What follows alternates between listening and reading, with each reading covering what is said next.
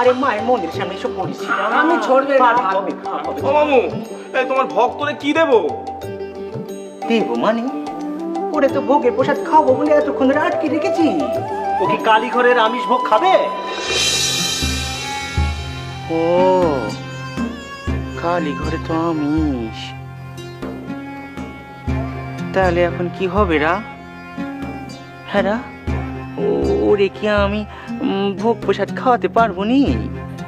ঠাকুর আমি প্রসাদ লিবে।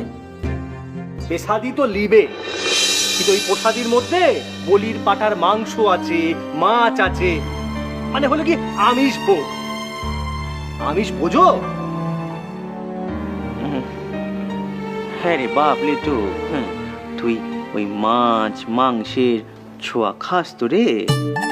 नहीं ठाकुर, আমি ও मछली मांस ये सब खाई ना।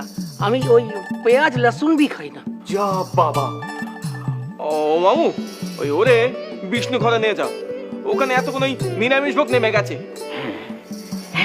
চল রে বাবা চল, তোরে ওখানে গিয়ে বসে দিস। চল চল চল। ঠাকুর আপনি সেখানে গিয়ে ভোগ লিবেন?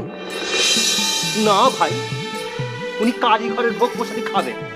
তো আমি भी কালীঘরের ভোগ খাবে? হ্যাঁ